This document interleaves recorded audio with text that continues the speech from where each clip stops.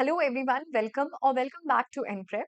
सो जैसा कि आप लोगों की बहुत सारी क्वेरीज आ रही थी about the ESIC exam. Yes, of course, employ state insurance corporation ESIC का जो एग्जाम है, जो आपका 7 जुलाई के लिए शेड्यूल है, उस एग्जाम की रिगार्डिंग, पैटर्न की रिगार्डिंग बहुत सारी क्वेरीज आ रही थी। So here's a session on what exactly this exam is going to be like.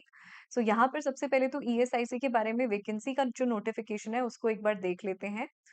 ये मैं आपके लिए यहाँ पर ज़ूम आउट कर देती हूँ, सो दैट आपको पता चले कि कितनी वैकेंसीज़ हैं। सबसे पहले तो अगर हम देखें यहाँ पर, तो इस बार का जो ईएसआईसी का एग्ज़ाम है वो यूपीएससी कंडक्ट करवा रहा है। If you can C in this advertisement, ठीक है, यहाँ पर लिखा हुआ है।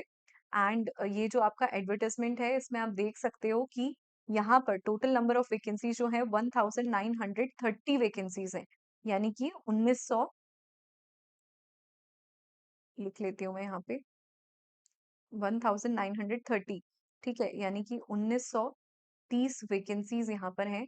किसके लिए? ऑल टोटल वैकेंसीज हैं, ठीक है।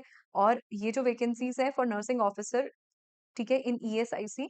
और ये जो आपकी वैकेंसीज हैं, this department is headed by the ministry of labour and employment, ठीक है। इसके बाद अगर हम यहाँ पर बात करें तो जो रिजर्वेशन है या जो आपके वेरियस कैटेगरीज के लिए जो पोस्ट है, उसको मैं और ज्यादा फर्दर जूम आउट कर देती हूँ। इफ यू कैन सी, यहाँ पर जनरल कैटेगरी के लिए 892 वैकेंसीज हैं, ईडब्ल्यूएस के लिए 193 हैं, ओबीसी कैंडिडेट्स के लिए 446 वैकेंसीज हैं, एससी कैंडिडेट्स के लिए 235 है, वहीं एसटी के लिए 164 है, और जो पीडब्ल्यूबीडी है यानी कि patient with person with benchmark disability, उनके लिए क्या है, 168 वैकेंसीज हैं, ठीक है। फिर यहाँ पर सूटेबिलिटी की बात कर लें अगर, तो ये आपका जो गिवन डिटेल्स हैं ये दी हुई हैं, ठीक है, कि ये चीजें अगर यहाँ पर लोगों में प्रेजेंट है तब ही वो कंसिडर किए जाएंगे that they are eligible for the पीडब्ल्यूबीडी कैटेगरी। तो ये सारी चीजें हैं, आप इस नोटिफिकेशन को देख सकते हैं। आई कीप इट स्लो, ठीक है, आपको दिख रहा होगा, ठीक है। सो आई एम शोइंग यू, यहाँ पर आप इसे देख सकते हो स्क्रीन को पॉज करके, ठीक है। उसके बाद अगर हम बात करें यहाँ पर पे स्केल का, तो थोड़ा सा और जूम आउट कर देती हूँ मैं ऐसे। पे स्केल की अगर मैं बात करूँ तो लेवल 7 पे मैट्रिक्स है as per the 7 CPC। Level 7 का मतलब है कि यहाँ पर ग्रेड 2 सैलरी है। सेंट्रल गवर्नमेंट में ग्रेड 2 की सैलरी आपको मिलेगी, यानी कि इक्विवेलेंट टू एम्स, ठीक है। उसके बाद अगर हम यहाँ पर बात करें 30 इयर्स, हालांकि अलाउंसेस का डिफरेंस हो सकता है, बट ग्रेड 2 पे ही आपका जो रिक्रूटमेंट होगा वो होगा। एज की अगर हम बात करें तो एज में रिलैक्सेशन होता है। एज का क्राइटेरिया अगर हम देखें तो 30 इयर्स है जनरल कैटेगरी के लिए, 33 इयर्स है यहाँ पर किसके लिए, ओबीसी कैंडिडेट्स के लिए। इसके साथ साथ अगर हम बात करें 35 इयर्स है हमारे एससी एसटी कैंडिडेट्स के लिए, और 40 इयर्स है यहाँ पर पीडब्ल्यूबीडी कैंडिडेट्स के लिए, ठीक है। सो अलग अलग कैटेगरीज के लिए यहाँ पर अलग अलग एज ग्रुप्स है या एज का जो रिलैक्सेशन है, ठीक है, जिसमें से 3 साल ओबीसी के लिए है, 5 साल एससी एसटी कैंडिडेट्स के लिए, और 10 साल पीडब्ल्यूबीडी कैंडिडेट्स के लिए, ठीक है। और अगर लोअर एज ग्रुप की बात करें तो यहाँ पर 18 साल मिनिमम एज होनी चाहिए, 18 साल से कम नहीं होना चाहिए, ठीक है। उसके बाद यहाँ पर एसेंशियल क्वालिफिकेशंस, ऑल राइट, जो यहाँ पर एलिजिबिलिटी क्राइटेरिया रहने वाला है, अगर मैं इसकी बात करूँ यहाँ पे, जो एलिजिबिलिटी क्राइटेरिया है दैट इज कि आपने किसी भी रिकग्नाइज्ड बोर्ड से आपका बीएससी नर्सिंग होना चाहिए, रिकग्नाइज यूनिवर्सिटी और इंस्टीट्यूशन, ठीक है, और रेगुलर कोर्स होना चाहिए। इसके अलावा आपके पास एक रजिस्ट्रेशन होना चाहिए, जो भी आपका स्टेट है उसमें आप एज अ रजिस्टर्ड नर्स आपका रजिस्ट्रेशन होना चाहिए। मैं हाईलाइट कर देती हूँ इसको भी, ठीक है। BSc honours nursing from a recognised university of और इंस्टीट्यूट, ठीक है। इसके अलावा यहाँ पर रजिस्टर्ड नर्स, मतलब आपका जो आरएन नंबर है वो आपके स्टेट के, आपने स्टेट में रजिस्टर्ड होने चाहिए एज अ रजिस्टर्ड नर्स। फिर सेकंड जो क्राइटेरिया है, जिन लोगों ने भी जीएनएम किया है उनके लिए यहाँ पर क्या है, बाकी एग्जाम्स में क्या मांगा जाता है, आपसे 2 साल का एक्सपीरियंस मांगा जाता है। या तो आपके पास पोस्ट बीएससी की डिग्री होनी चाहिए, तब तो आपको एक्सपीरियंस नहीं चाहिए। बट अगर आपने जीएनएम किया है तो यूजुअली 2 साल का एक्सपीरियंस मांगते हैं, लेकिन लेकिन ईएसआई ने ईएसआईसी ने यहाँ पर 1 ईयर का एक्सपीरियंस मांगा है, मिनिमम 50 बेडेड हॉस्पिटल में, ठीक है। तो ये एक बहुत ही डिफरेंशिएटिंग पॉइंट है। बहुत लोगों को ऐसा लग रहा होगा हमने जीएनएम किया है, हमारे पास 1 ही साल का एक्सपीरियंस है तो हम फॉर्म नहीं भर सकते, बट ऐसा नहीं है। 1 ईयर एक्सपीरियंस है, ठीक है, मैं लिख देती हूँ 1 ईयर एक्सपीरियंस फॉर जीएनएम, ठीक है।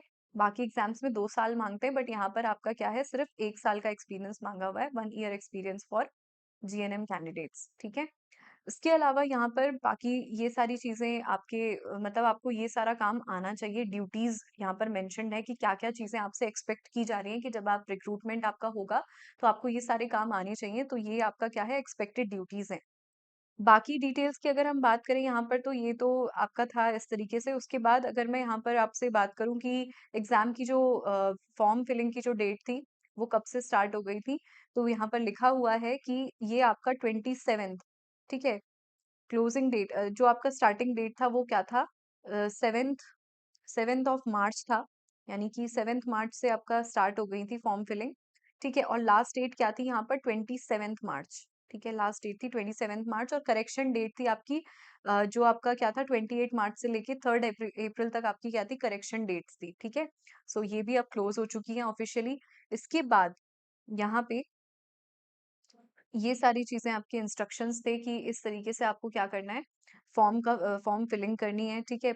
अब यहाँ पर एक इम्पॉर्टेंट अनाउंसमेंट, ये अगर आप देख सक रहे हो, अब pen and paper based recruitment test will be conducted, ठीक है। ये दिख रहा होगा आपको, यानी कि यहाँ पर सीबीटी नहीं है, this will be a pen paper, OMR sheet पे ये एग्जाम कंडक्ट होने वाला है, ठीक है। सो ये एक बहुत इंपॉर्टेंट है, लिख देती हूँ मैं इसको भी यहाँ पर, ओएमआर शीट पे होगा ये एग्जाम, ठीक है। ओएमआर शीट,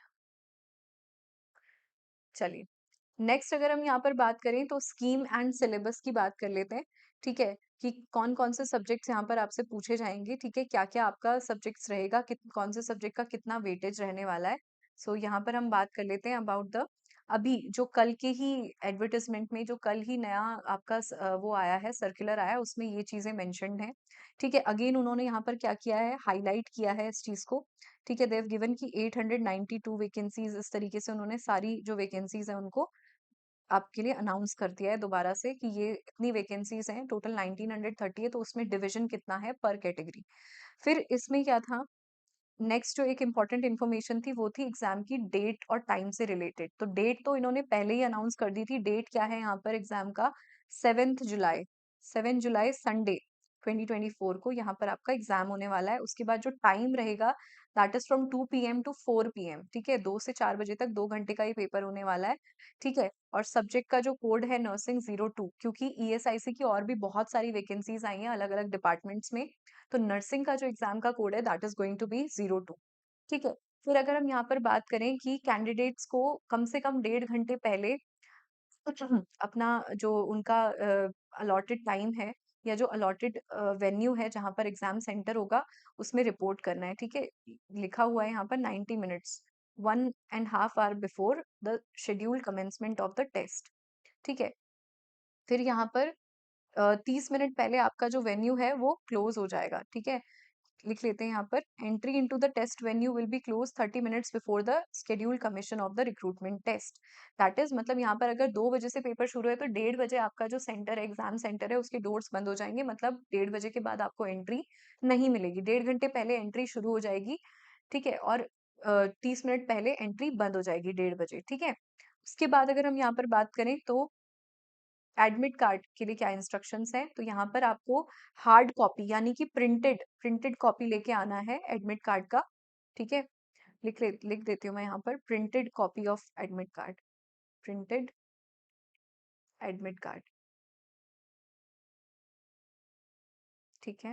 ये आपको लेके आना है, ठीक है। उसके अलावा अ, कुछ भी नहीं चाहिए, यहाँ पर एडमिट कार्ड चाहिए, और एडमिट कार्ड नहीं है तो आपको एंट्री परमिटेड नहीं की जाएगी, ठीक है। फिर यहाँ पर कुछ और भी चीजें, जैसे एग्जाम का ड्यूरेशन 2 आवर्स रहेगा, ठीक है। All questions will carry equal marks, ठीक है। सारे क्वेश्चंस का वेटेज इक्वल है। ऑब्जेक्टिव टाइप क्वेश्चंस आएंगे, यानी कि आपको मल्टीपल चॉइस क्वेश्चंस यहाँ पर मिलेंगे, कुछ भी डिस्क्रिप्टिव नहीं रहने वाला है। इसको मैं ऊपर कर देती हूँ, ठीक है, as you can see scheme of the test में, ठीक है।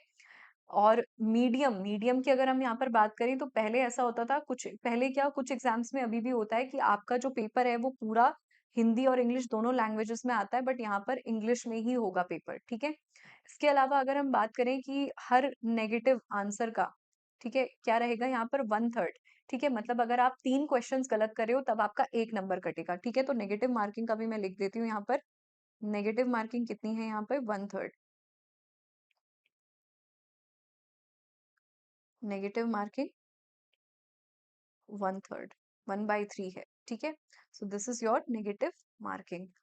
ठीक है, इसको भी हाईलाइट कर लेते हैं यहाँ पे। आयुष, खिड़की बंद कर दे यार, वो बजेगा, कांच टूट जाएगा। एक तो लगा सकता है। ठीक है, so this has to be there. कर दूं, दोबारा कर दूं? ठीक है, सो यहाँ पर मैक्सिमम, अब देखो अगर हम मार्क्स की बात करें तो मैक्सिमम मार्क्स कितने हैं? 300 मार्क्स। मैंने आपसे पहले भी कहा था कि यहाँ पे इन्होंने ये नहीं बताया कि कितने क्वेश्चंस क्या होंगे आपके, कितने क्वेश्चंस रहने वाले हैं, बस उन्होंने मार्क्स का बताया है। इसके अलावा पेनल्टी रहेगी यहाँ पर रॉन्ग आंसर्स के लिए कितना, 1/3, ये मैंने ऑलरेडी यहाँ पर लिख दिया है। ठीक है, so this is all about it. उसके बाद ये तो हमने बात कर ली, 2 घंटे का रहेगा, इंग्लिश में रहेगा। फिर टेस्ट, इसका पेपर का सिलेबस की क्या क्या चीजें आपसे पूछी जाएंगी। तो this exam is going to be purely nursing based. ठीक है, यहाँ पर नॉन नर्सिंग का कुछ भी नहीं आने वाला है।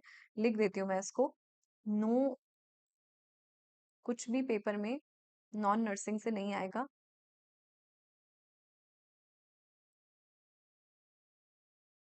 नॉन नर्सिंग से कुछ भी नहीं है, everything is purely your nursing based. ठीक है, मतलब ऑल द सब्जेक्ट्स, जो आपके जितने भी सब्जेक्ट्स हैं वो सारे कैसे हैं आपके, नर्सिंग वाले। ठीक है, लिख लेते हैं यहाँ पर, ओनली नर्सिंग सब्जेक्ट्स। ठीक है, सो ये है आपका आपका जो सिलेबस रहने वाला है, this is going to be this, all about it. ठीक है, nursing foundation, medical surgical nursing, आपकी pathology, pharmacology, nursing education, paediatric, mental health nursing, management, research and statistics, obstetrics and gynaecology, तो ये सारा आपका सिलेबस है। फिर वेटेज का है यहाँ पर कि 100% वेटेज रहने वाला है एग्जाम में। ठीक है, इसको भी हाईलाइट कर देते हैं, 100% वेटेज है accorded for the recruitment test. ठीक है, फिर यहाँ पर सिटीज की देखो, जब आपने फॉर्म फिल किया होगा तो यहाँ पर सिटीज की चॉइस आपको मिली होंगी। ठीक है, यहाँ पर सिटीज आप देख सकते हो भाई, सिटीज जो है वो आपको स्टेट के अकॉर्डिंग नहीं दी है, वो सिटीज आपको अल्फाबेटिकल ऑर्डर में दी है। तो इसमें डरना मत कि हमारी सिटी में तो सेंटर ही नहीं है। ठीक है, ढूंढ लेना इसमें पूरा। हम लोग आपको अपने व्हाट्सएप चैनल पे ये पीडीएफ भी शेयर कर देंगे। तो इसको मैं बहुत स्लो चला रही हूँ, आप देख सकते हो यहाँ पर ये सारे आपके क्या है, सिटी सेंटर्स हैं जहाँ पर एग्जाम कंडक्ट होगा। ठीक है, तो all total all across India यहाँ पर 80 सेंटर्स हैं, 80 सेंटर्स आपको अलॉट किए गए हैं। ठीक है, so this was all about it. और इस सेशन के रिगार्डिंग अगर आपको कोई भी डाउट है, so you can contact us on the given number. Till then stay tune to Enprep, keep studying and all the very best for your exam.